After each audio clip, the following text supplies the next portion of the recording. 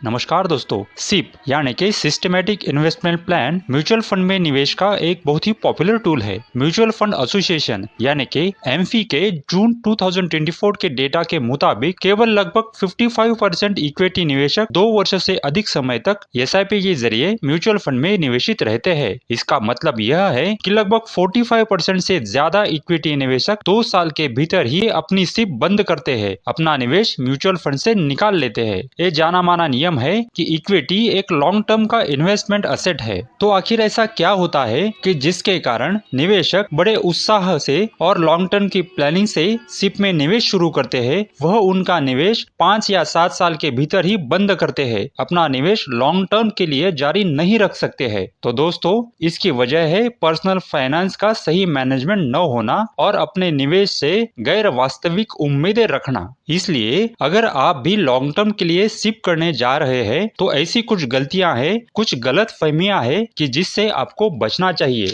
SIP में investment करते समय इन्वेस्टर को कौन सी गलतियां नहीं करनी चाहिए, इसकी हम इस वीडियो में चर्चा करते हैं। अगर आप चैनल पर पहली बार आए हैं तो ऐसे ही इन्फॉर्मेटिव इन्फॉर्मेशन के लिए अपने चैनल धन संपदा को सब्सक्राइब करें। तो चलिए वीडियो को स्टार्ट करते हैं।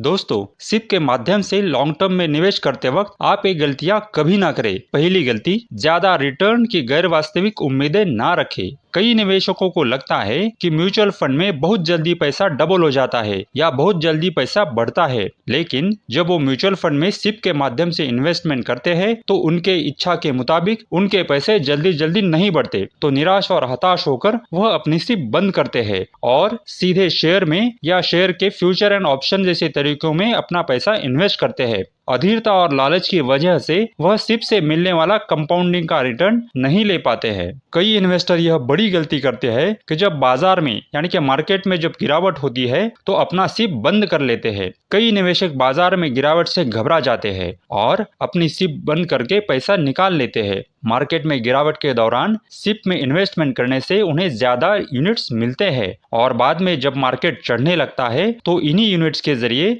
उनको ज्यादा रिटर्न मिलता है। इसलिए गिरावट में सिप को कभी भी बंद नहीं करना चाहिए। बहुत सारे निवेशक इमरजेंसी फंड बनाकर नहीं रखते हैं। घर में किसी की बीमारी या नौकरी छूटने की वजह से या अन्य किसी भी इमरजेंसी पर अक्सर लोग सिप बंद कर देते हैं। ऐसे ही इमरजेंसी कंडीशन के लिए अपना अपना एक इमरजेंसी फंड बनाकर रखना चाहिए।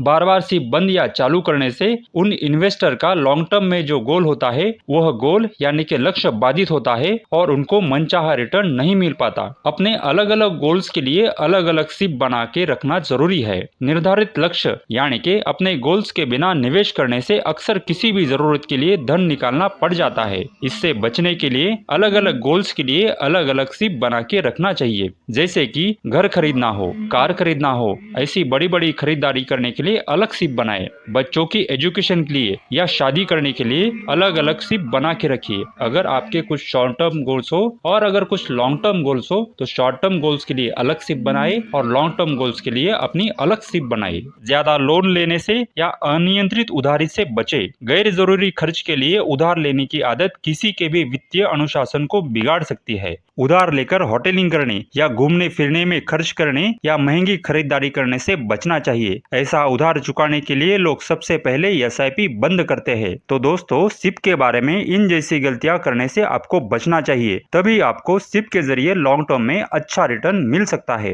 वीडियो में दी गई जानकारी अगर पसंद आई हो तो वीडियो को लाइक करें, अपने दोस्तों के साथ शेयर करें और अपने चैनल धन संपदा को सब्सक्राइब भी करें। धन्यवाद।